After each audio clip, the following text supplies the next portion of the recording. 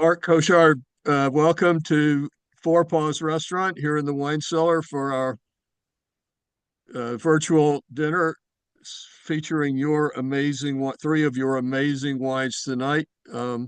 We're thrilled to have you join us on by this recording to introduce your winery and introduce your wines. So thank you for joining us tonight. My pleasure. My pleasure, Hoyt. I'm happy to be part of this dinner that you've organized. So tell us a little bit about Chateau Musar. So Chateau Musar, we're a winery that was started or founded by my grandfather, Gaston Hochar, in 1930. But we're not new to wines in Lebanon. I mean, we've had wines in Lebanon for around 6,500 years. Our ancestors, the Phoenicians, were the first, part of the first ones really to produce wines, but mostly the first ones to really sell them and distribute them across the Mediterranean. And this is how wine actually developed throughout the Mediterranean more than 6,000 years ago. So there's a huge history of winemaking in the area. And when my grandfather decided to start the winery in 1930, he basically followed that process and used actually some of the varietals that existed at the time of the Phoenicians more than 6,000 years ago. When we started in 1930, there were no reds really available, mostly whites that were indigenous, which are the ones that probably our ancestors used.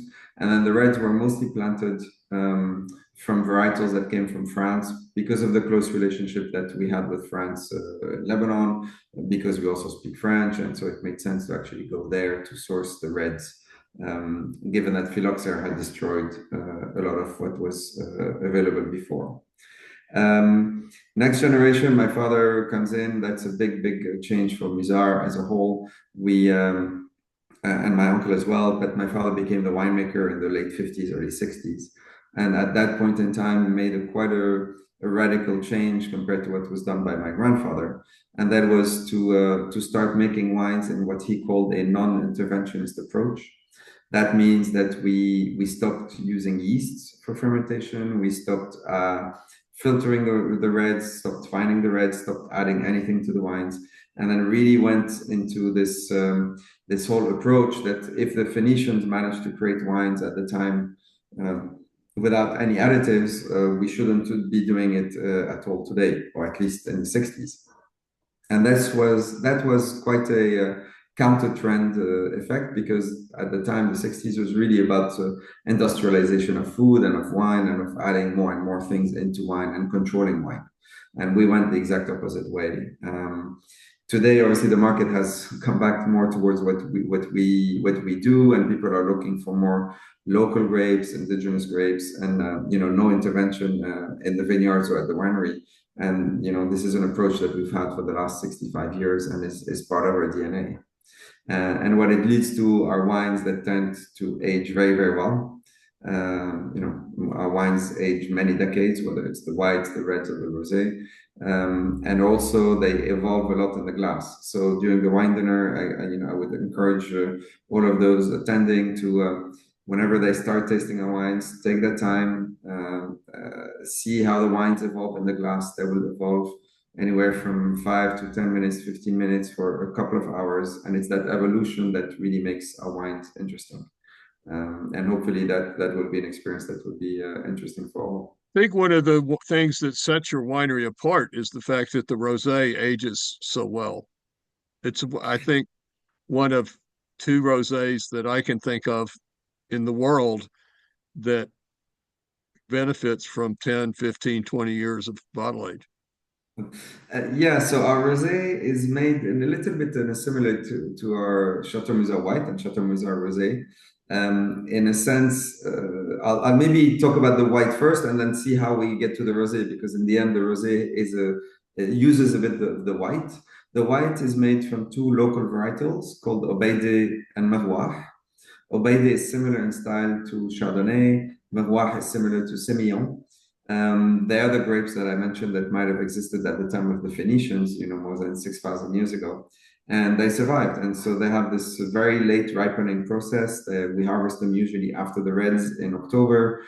So that's relatively late. And despite that, They just have a very low alcohol level, and they have this tremendous ability to age these white wines. So we release them after 7 years. It's usually just crushed juice, crushed grapes. The juice is put into barrels, ferments in barrels on its own without skin contact, without anything. And then after 9 months, we pull them, we blend them, and then we bottle at year one. And then we release at year seven for the whites. So it stays 6 years in terms of bottle aging. In the case of the rosé, it's the same thing, except that when we crush, with the Obeid and the Mawah, which represent roughly 97% of the juice, we add 3% of red grapes, which are Cinsault, so a red grape. And it's that addition of the Cinsault that creates the rosé component, meaning the color, the slightly different flavor profile that kicks in. So our rosé is basically what I call a white in disguise because it has 97% of white grapes juice in it. But it has this ability to age like our whites. So we can open a bottle of rosé of anywhere from 6 years, which is, I mean, 7 years. We're now on 2018 vintage, which is the current release. But we drink, our rosés back to 94, which is when we started producing that type of rosé. In 94, so that's almost 30 years on, and then it's, you open it and it's just absolutely outstanding. It just gets a little bit smoother with age, more settled, more complex, more layers, but still a lot of vibrancy. Like again, our whites and our rosé both have these astonishing ability to age well. We have a mutual friend, Roy Hirsch, Yes. who says the two wineries he wishes he had bought more of in his life are Chateau Musar and Ridge. That's pretty fancy company to be in with somebody who is really, really obsessive about wine in general, but really a great lover, like me, a great lover of your wines. Yes, So we're yes. going to No, serve the obviously, I'm big supporter. 2016 Chateau Musar Rouge. What would Yes. you like to tell us about that? So that's red. Our Chateau Reds are blends of three varietals. We blend Cabernet, Cinsault, and Carignan. Three varietals that are very complementary in our terroir. I mean, and in our palate in terms of what we're looking for in terms of balance in our wines.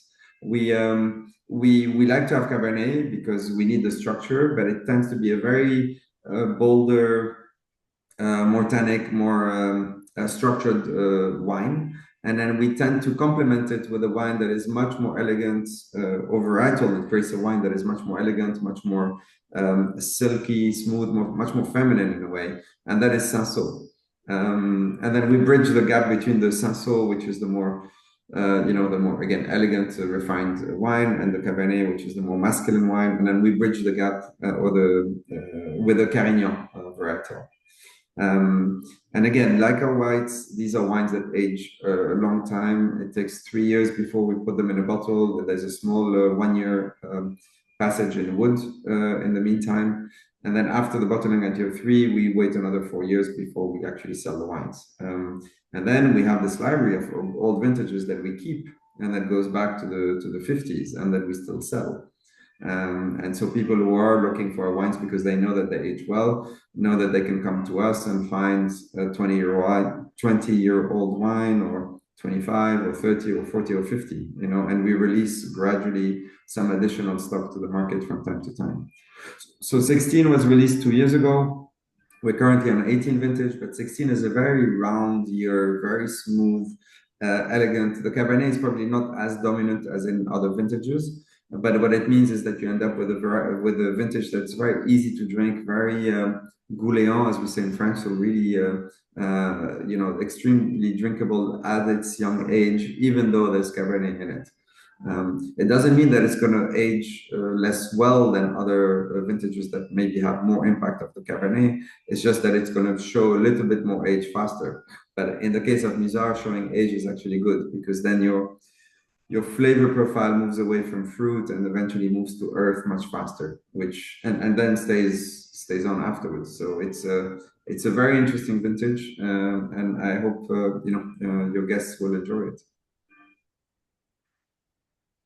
Well, thank you so much. That was just perfect. And we're excited to be enjoying these three wines with dinner tonight in the wine cellar. And I'm really glad that you're home and safe and that things are kind of settled in your life, in your world today.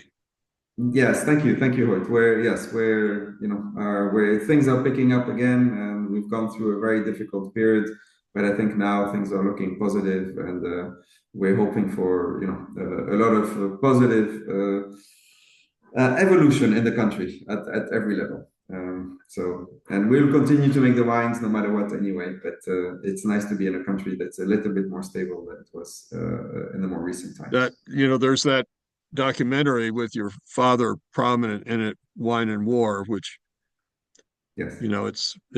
if the people watching this haven't seen it, they should find it and watch it because it's amazing, and it's a Yes. testament to what you Resi do and who Resilience your to father adversity. was, We who your used father to, was.